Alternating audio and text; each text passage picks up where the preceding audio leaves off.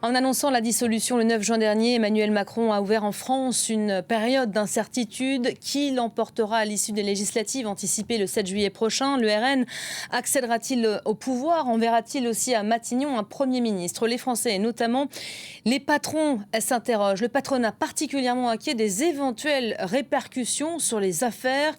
Ils interrogent aujourd'hui les différents chefs de parti et de coalition. Nous sommes à 10 jours du premier tour. Il s'agit de détailler sur la scène de la salle Gaveau chaque ligne du programme économique. Un grand oral en somme qui a donc démarré ce matin. Je vous propose d'en écouter tout de suite quelques extraits. Une économie a besoin de stabilité, de prévisibilité et si possible de cohérence. Sortir de cette ligne-là me paraît extrêmement dangereux. Extrêmement dangereux parce que notre niveau d'endettement nous a rendus fragiles et extrêmement dangereux parce que le monde se transforme à une vitesse telle qu'évidemment, il ne nous attendra pas. Donc la responsabilité qu'a chaque citoyen, pas simplement chaque responsable dans une entreprise, mais chaque citoyen, c'est de bien mesurer le caractère sensible du moment et ensuite de faire le bon choix. J'ai compris en venant ici devant vous aujourd'hui qu'il fallait que je rassure les milieux économiques.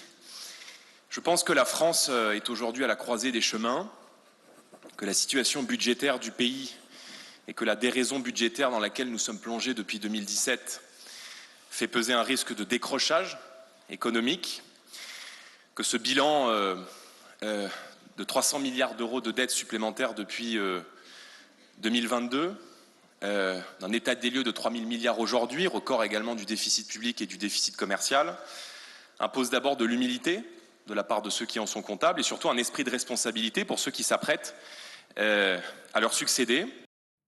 Voilà pour ces deux prises de parole. Il y en a eu de nombreuses autres. On va retrouver sur place Julien Sauvaget qui couvre la rencontre pour nous. Bonjour Julien. Pour résumer, en somme, l'enjeu d'une telle séquence, convaincre et séduire aussi.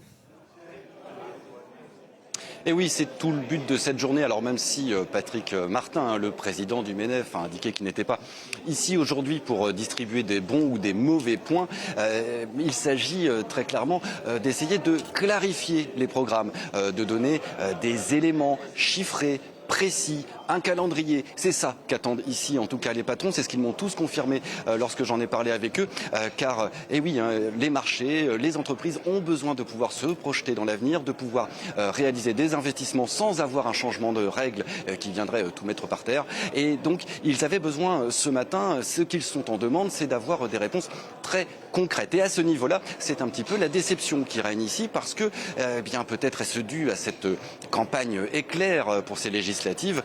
Pour l'instant, les candidats se sont contentés de réponses assez générales. Tout de même, on a pu noter que si Édouard Philippe, qui était le premier à passer, à lui plutôt, rassurer ses patrons pour la continuité avec la politique actuelle menée par la majorité présidentielle d'Emmanuel Macron, il y a eu ensuite le tour du nouveau Front populaire qui inquiète beaucoup au niveau du patronat car ils ont des mesures qui bien sûr ne les rassurent pas, comme par exemple l'augmentation du SMIC à 1 600 € ou encore le fait de devoir taxer plus fortement les grandes fortunes ou encore de rééquilibrer l'imposition entre les multinationales par rapport aux PME, PMI. Et là, on a pu entendre quelques huées même à la fin du discours de Boris Vallaud, de l'audition de Boris Vallaud et d'Éric Coquerel, notamment sur le fait de taxer un peu plus, de demander aux plus riches de participer un peu plus à l'effort national pour renforcer, pour équilibrer la France. Mais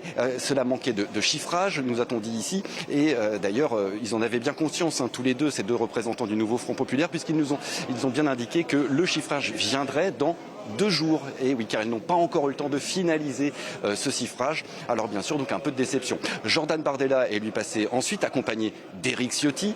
Bien sûr, la première question des patrons a été sur la question des retraites, car les divergences sont importantes entre les deux hommes. Et il y a eu immédiatement une reculade. Il n'y a pas d'autre mot de Bardella, qu'il a déjà amorcé, mais qu'il a confirmé. Il ne touchera pas aux retraites. Il n'y aura pas de modification. Seulement à l'automne, peut-être, si la situation économique le permet, pour les carrières longues, ceux qui ont commencé avant 20 ans, qui auraient le droit à ce moment-là de partir au bout de 40 annuités, donc à 60 ans. Et pour le reste, que ce ce serait progressif.